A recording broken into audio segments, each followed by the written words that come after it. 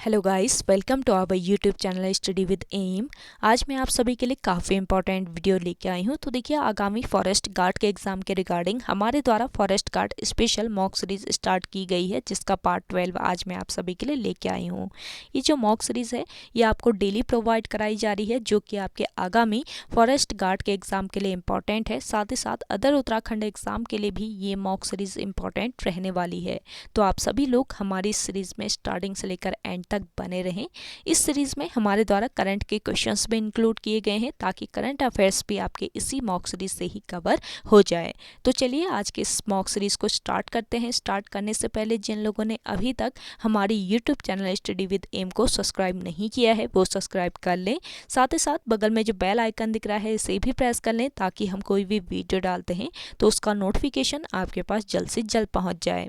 आप सभी लोग हमारे टेलीग्राम चैनल को भी ज्वाइन कर सकते हैं। अराउंड 6.3 के यहाँ पे ग्रुप मेंबर्स हो चुके हैं। सुबह 10 बजे और शाम 8 बजे यहाँ पे क्विज का आयोजन भी कराया जाता है।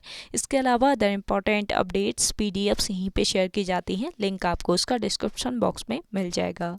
बढ़ते हैं आज की वीडियो की ओर। इस सीरीज का पहला क्वेश्चन है, जीतो कनेक्ट 2022 कार्यक्रम किस धर्म से संबंधित है। देखिए, जीतो कनेक्ट 2022 कार्यक्रम संबंधित है जैन धर्म से। ऑप्शन थर्ड इस क्वेश्चन का करेक्ट आंसर है।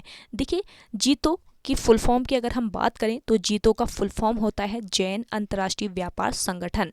जैन अंतर्राष्ट्रीय व्यापार संगठन यानी जीतो दुनिया भर में जैनियों को जोड़ने वाला एक वैश्विक संगठन है। जीतो कनेक्ट आपसी नेटवर्किंग एवं व्यक्तिगत बातचीत का एक अवसर प्रदान करते हुए व्यापार और उद्योग जगत की मदद करने का एक प्रयास है। नेक्स्ट क्वेश्चन है,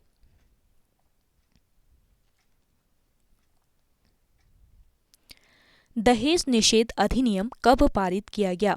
देखिए, इंपॉर्टेंट क्वेश्चन है। दहेज निषेध जो अधिनियम है ये पारित किया गया था वर्ष 1961 में। ऑप्शन सेकंड इस क्वेश्चन का राइट आंसर हो जाएगा। देखिए, दहेज निषेध अधिनियम वर्ष 1961 के अनुसार दहेज लेने देने या इसके लेन देन में सहयोग करने पर 5 वर्ष की कैद और 15,000 रुपये जुर्माने का प्रावधान है। और दहेज के लिए उत्पीड़न करने पर भारतीय दंड संहिता की धारा 498 ए, जो कि पति और उसके रिश्तेदारों द्वारा संपत्ति अथवा कीमती वस्तुओं के लिए अवैधानिक मांग के मामले से संबंधित है, और इसके अंतर्गत 3 साल की कैद और जुर्माना हो सकता है। नेक्स्ट क्वेश्चन देखिए, मांडू उत्सव किस राज्य में मनाया जाता है। देखिए, मांडू उत्सव मनाया जाता है मध्य प्रदेश राज्य में। ऑप्शन सेकंड इस क्वेश्चन का राइट आंसर हो जाएगा। देखिए, इस बार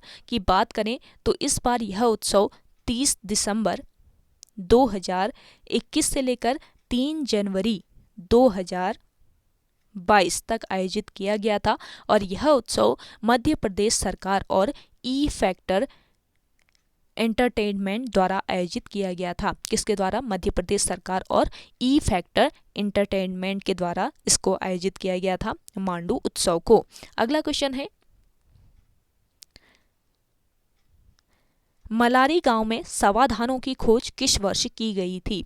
तो देखिए, मलारी गांव जो है ये किस जनपद में? चमोली जनपद में स्थित है, ये ध्यान रखेंगे। तो मलारी गांव में शवाधानों की जो खोज है ये की गई थी वर्ष 1956 ईस्वी में। ऑप्शन फर्स्ट इस क्वेश्चन का बिल्कुल राइट आंसर है। देखिए, चमोली जिले से सुदूर तिब्बत सीमा से सटे मलारी गांव में गढ़वाल विश्वविद्यालय के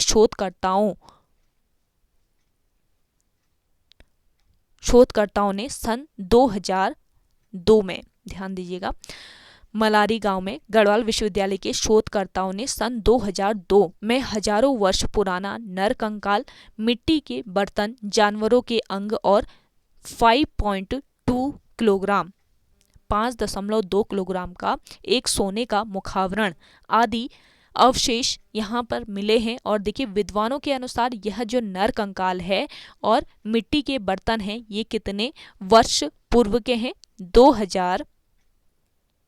वर्ष पूर्व से 6वीं शती ईसा पूर्व तक के हैं। नेक्स्ट क्वेश्चन है आपका,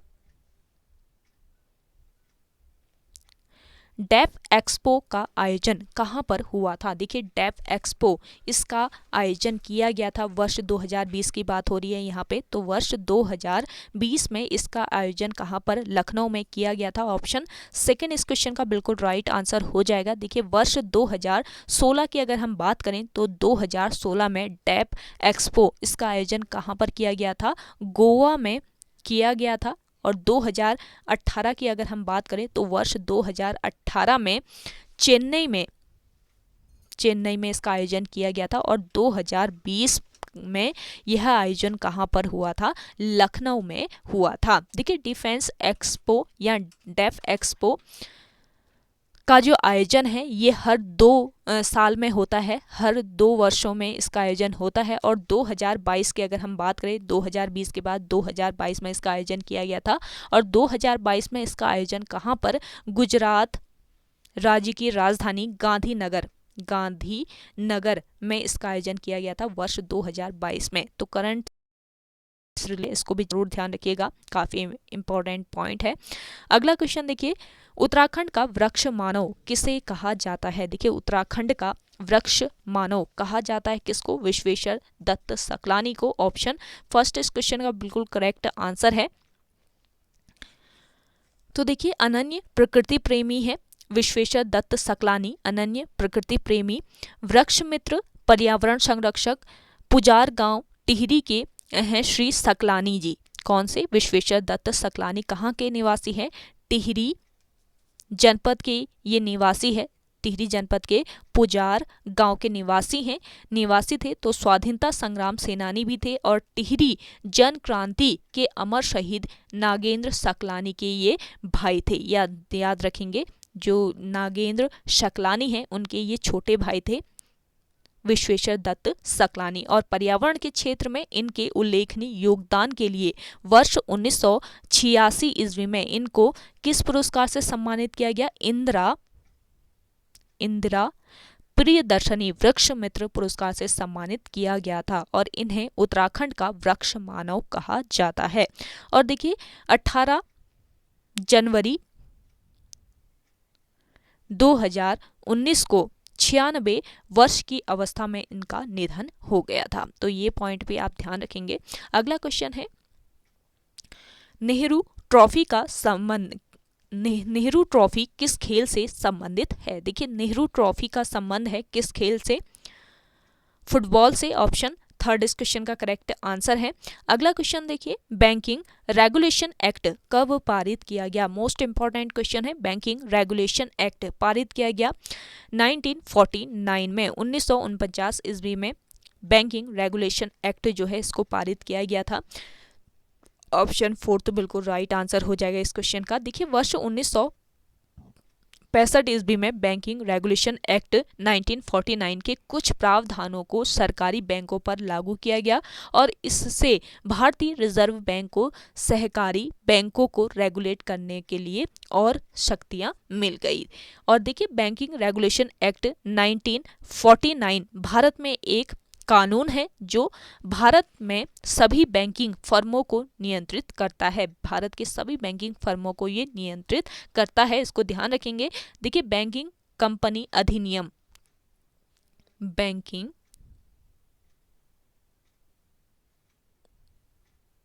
कंपनी अधिनियम 1949 के रूप में पारित यह 16 मार्च 1949 से लागू हुआ और 1 मार्च 1966 ईस्वी से बैंकिंग रेगुलेशन एक्ट 1949 में ये बदल गया। पहले जब इसको स्थापित किया गया था, इसको पारित किया गया था किस नाम से? बैंकिंग कंपनी अधिनियम 1949 के रूप में इसको पारित किया गया था और 16 मार्च 1949 से ये लागू हुआ और देखिए 1 मार्च 1966 से बैंकिंग रेगुलेशन एक्ट 1949 में ये बदल गया। ये पॉइंट ध्यान रखें। अगला क्वेश्चन है, गिर राष्ट्रीय उद्यान किस राज्य में स्थित है? देखिए गिर राष्ट्रीय उद्यान स्थित है आपके किस राज्य में? जल्दी से कमेंट करके बताएं जिन लोगों को आंसर आ रहा है।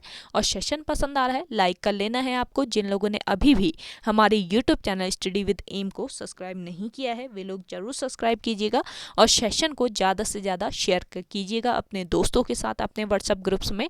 डेली ये सेशन आपको प्रोवाइड कराया जा रहा है जो कि आपके आगामी फॉरेस्ट गार्ड के एग्जाम के लिए इंपॉर्टेंट है। साथ ही साथ अदर उत्तराखंड एग्जाम के लिए भी ये सीरीज इंपॉर्टेंट रहने वाली है। तो देखिए गिर राष्ट्रीय उद्यान की बात करें तो ये है आपके किस राज्य में? गुजरात राज्य में। ऑप्शन सेकंड इस क्वेश्चन का बिल्कुल राइट आंसर है गिर राष्ट्रीय उद्यान गुजरात राज्य में स्थित राष्ट्रीय उद्यान एवं वन्य प्राणी अभ्यारण्य है। ये एक राष्ट्रीय उद्यान और वन्य प्राणी अभ्यारण्य है जो एशिया में सिंहों का, ध्यान दीजिएगा, एशिया में सिंहों का एकमात्र निवास स्थान होने के कारण जाना जाता है। और गिर वन्य जीव अभ्यारण्य 1424 वर्ग किलोमीटर क्षेत्रफल में फैला हुआ है, जिसमें 258 वर्ग किलोमीटर में राष्ट्रीय उद्यान और 1153 वर्ग किलोमीटर वन्य प्राणियों के लिए आरक्षित अभ्यारण्य विस्तार है। और इसके अतिरिक्त इसके पास ही मितियाला, ध्यान दीजिएगा, इसके पास ही मितियाला वन्य जीव अभ्यारण्य है जो कि 18.22 वर्ग किलोमीटर क्षेत्रफल में फैला हुआ है। और ये दोनों आरक्षित विस्तार गुजरात के जूनागढ़, अमरेली और गिर सोमनाथ जिले के भाग हैं। अगला क्वेश्चन है आपका, निम्न वन्य जीव विहार व उनके स्थापना वर्ष में कौन सुमेलित नहीं है? तो देखिए कि गोविंद वन्य जीव विहार की बात करें तो इसकी स्थापना हुई कब? वर्ष 1955 ईस्वी में। केदारनाथ वन्य जीव विहार की स्थापना हुई 1972 में। अस्कोट वन्य जीव विहार की स्थापना 1986 में। नंधौर वन्य जीव विहार की स्थापना हुई वर्ष 2012 में। तो सभी ये करेक्ट हैं, इसमें सभी सुमेलित हैं, तो इसमें कोई सुमेलित नहीं है ये बताना था, तो इसमें सभी सुमेलित है, इसको करेक्ट कर लीजिएगा। तो देखिए नंधौर वन्य जीव अभ्यारण्य की बात करें, वन्य जीव विहार जो नंधौर वन्य जीव विहार है इसकी स्थापना कब हुई? वर्ष 2012 में इसकी स्थापना हुई। और यह वन्य जीवों व वनस्पतियों के संरक्षण हेतु दिसंबर 2012 में नैनीताल में नंधौर नदी के आसपास व उधम सिंह नगर के बॉर्डर पर नंधौर वन्य जीव विहार का गठन किया गया था। और इसका क्षेत्रफल कितना है? 270 वर्ग किलोमीटर इसका क्षेत्रफल है। और देखिए गोविंद वन्य जीव विहार की अगर हम बात करें तो गोविंद वन्य जीव विहार ये उत्तर काशी जनपद में स्थित है, उत्तर काशी में स्थित है और इसका क्षेत्रफल 485 वर्ग किलोमीटर है। और केदारनाथ वन्य जीव विहार है आपके कहाँ पर? चमोली और रुद्रप्रयाग जनपद में ये विस्तारित है, रुद्रप्रयाग और चमोली में। और इसकी स्थापना हुई वर्ष 1972 ईस्वी में और इसका क्षेत्रफल कितना है? 957 वर्ग किलोमीटर। और अस्कोट की बात करें तो अस्कोट है पिथौरागढ़ में, अस्कोट वन्य जीव विहार है पिथौरागढ़ में और इसका क्षेत्रफल है 600 वर्ग किलोमीटर और स्थापना हुई इसकी 1986 में। सभी पॉइंट ध्यान रखिएगा। आप कमेंट करके बताइएगा कि राज्य का सबसे बड़ा वन्य जीव विहार कौन सा है। ज़्यादा से ज़्यादा लोग कमेंट करके बताइएगा कमेंट सेक्शन में। अगला देखिए, निम्न में से कौन कुमाऊनी भाषा की फिल्म है? तो देखिए इनमें से कुमाऊनी भाषा की फिल्म इनमें से कोई नहीं है। ऑप्शन 4 तो इस क्वेश्चन का बिल्कुल राइट आंसर हो जाएगा। देखिए जगवाल फिल्म की अगर हम बात करें तो जगवाल फिल्म राज्य की प्रथम फिल्म है। राज्य की प्रथम फिल्म कौन सी है? जगवाल फिल्म है, जिसके निर्माता कौन थे? पारेश्वर गौड़ इस फिल्म के निर्माता हैं और नायक भी पारेश्वर गौड़ और रमेश मेंदोलिया। पारेश्वर गौड़ और रमेश मेंदोलिया इसके नायक हैं और नायिका जो हैं ये कौन है? कुसुम बिष्ट इस फिल्म की, जगवाल फिल्म की नायिका हैं। और देखिए चालदा जात्रा फिल्म की अगर हम बात करें तो ये जौनसारी क्षेत्र की डॉक्यूमेंट्री फिल्म है। कौन सी? चालदा जात्रा। नेक्स्ट क्वेश्चन देखिए,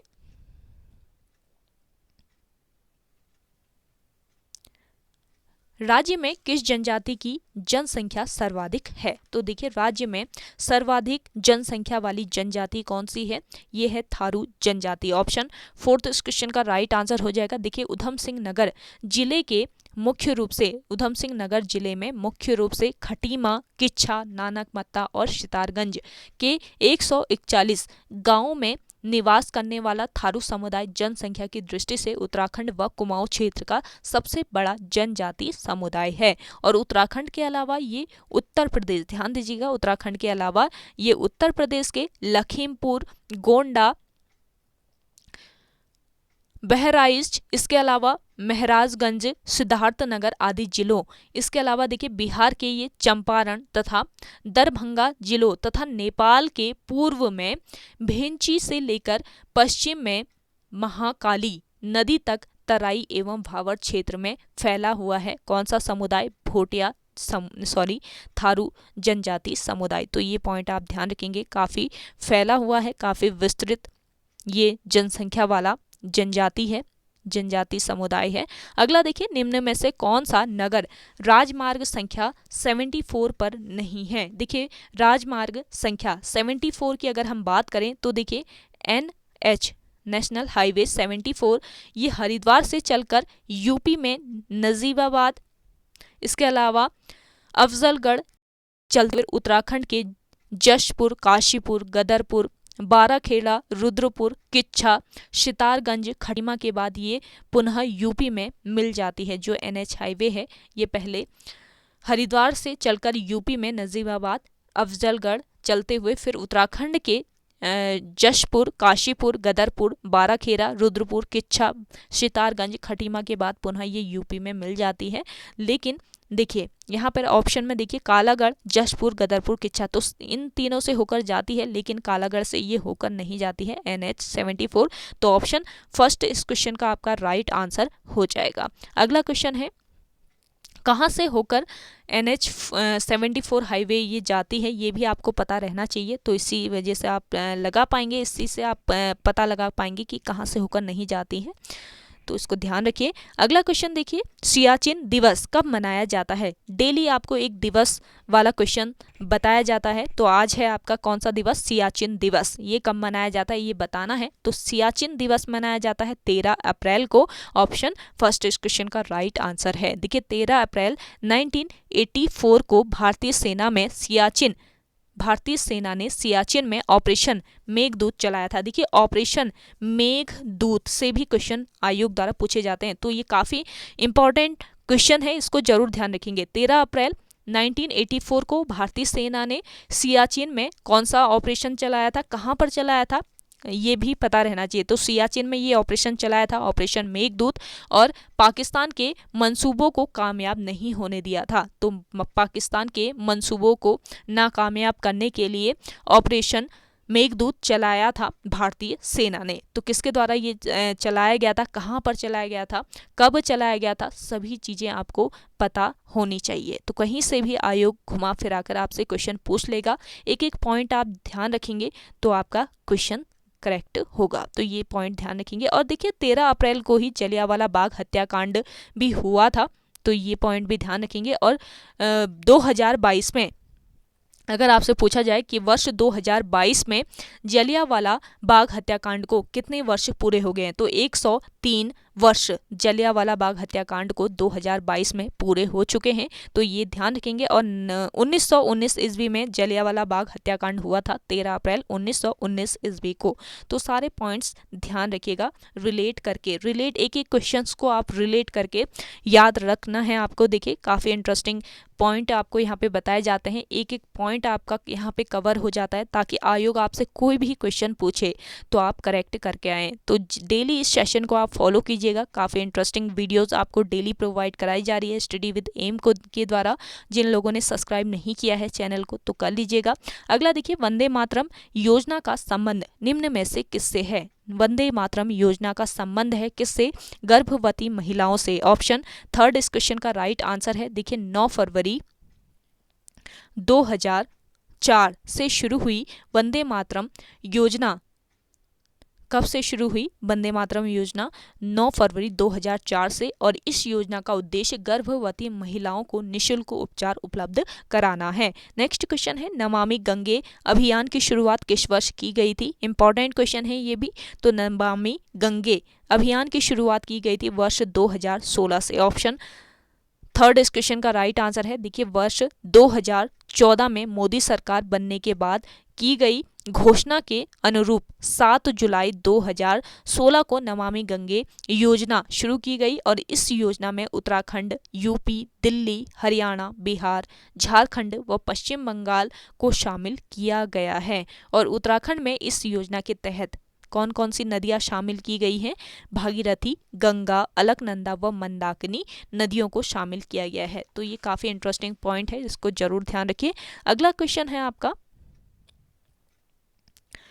प्रसिद्ध पुस्तक मसूरी मेडले के लेखक कौन है? देखिए, प्रसिद्ध पुस्तक है मसूरी मेडले, और इसके लेखक कौन है? जल्दी से कमेंट करके बताएं। जिन लोगों को आंसर आ रहा है जल्दी से कमेंट कीजिएगा आप सभी लोग। तो देखिए, प्रसिद्ध पुस्तक मसूरी मेडले जो है, इसके लेखक हैं कौन? प्रोफेसर गणेश शैली। ऑप्शन सेकंड इस क्वेश्चन का राइट आंसर हो जाएगा। अगला क्वेश्चन है, हार्डी प्रपात निम्न में से किस जनपद में स्थित है? हार्डी प्रपात स्थित है आपके किस जनपद में? देहरादून जनपद में। ऑप्शन फोर्थ इस क्वेश्चन का राइट आंसर हो जाएगा। हार्डी जलप्रपात ये देहरादून जनपद में मसूरी के पास स्थित है। अगला क्वेश्चन है, दलित बंधु योजना किस राज्य की पहल है? देखिए, दलित बंधु योजना जो है ये किस राज्य की पहल है? तेलंगाना राज्य की। ऑप्शन फर्स्ट इस क्वेश्चन का राइट आंसर हो जाएगा। ऑप्शन फर्स्ट इसका करेक्ट आंसर कर लीजिएगा। देखिए, आपका दलित बंधु है इसका नाम। दलित बंधु तेलंगाना सरकार का प्रमुख कार्यक्रम है, और यह प्रति परिवार 10 लाख रुपये के प्रत्यक्ष लाभ हस्तांतरण के माध्यम से राज्य के दलित परिवारों को सशक्त बनाने और उनमें उद्यमिता को सक्षम करने के लिए एक कल्याणकारी योजना है। और तेलंगाना सरकार ने अपने राज्य के बजट में वर्ष 2022-23 के लिए दलित बंधु योजना हेतु 17,700 करोड़ रुपए आवंटित किए हैं। और इस योजना की घोषणा कब की गई थी? वर्ष 2021 में इसकी घोषणा की गई थी, और अगस्त 2021 में इस योजना को पहले तुर्कपल्ली मंडल के वसलामरी गांव में शुरू किया गया था, और बाद में इस योजना को हुजूराबाद विधानसभा क्षेत्र में लॉन्च किया गया था। नेक्स्ट क्वेश्चन है, बाला सुंदरी मंदिर किस जनपद में स्थित है? देखिए, आपके सामने 4 ऑप्शन दिए हैं, आपको बताना है किस जनपद में स्थित है बाला सुंदरी देवी का जो मंदिर है। तो इसका राइट आंसर हो जाएगा उधम सिंह नगर। ऑप्शन सेकंड इस क्वेश्चन का राइट आंसर है बाला सुंदरी देवी मंदिर उधम सिंह नगर जनपद के काशीपुर में स्थित है। और बाला सुंदरी देवी मंदिर ये किस संप्रदाय से संबंधित है? तो इसका राइट आंसर हो जाएगा शाक्त संप्रदाय। काफी इंपॉर्टेंट ये पॉइंट है, इसको जरूर ध्यान रखिएगा। बाला सुंदरी देवी मंदिर शाक्त संप्रदाय से संबंधित है, और बाला सुंदरी देवी मंदिर इसको चैती मंदिर भी कहा जाता है, चैती मंदिर के रूप में भी इसको जाना जाता है। और मार्च महीने में हर साल इस मंदिर परिसर में किस मेले का आयोजन? चैती मेले का आयोजन किया जाता है। तो काफ़ी इंपॉर्टेंट पॉइंट आपको यहाँ पे बताए जाते हैं, इनको जरूर नोट कीजिएगा। तो ओके गाइज, आज के इस सेशन में इतना ही। आई होप आपको आज का ये सेशन पसंद आया होगा। अगर आज का ये सेशन आपको पसंद आता है तो इस सेशन को लाइक कीजिएगा, शेयर कीजिए, और जिन लोगों ने अभी भी हमारे YouTube channel study with M को सब्सक्राइब नहीं किया है वो सब्सक्राइब कर लीजिए। चलिए मिलते हैं एक नई इंटरेस्टिंग वीडियोज़ के साथ, तब तक के लिए धन्यवाद।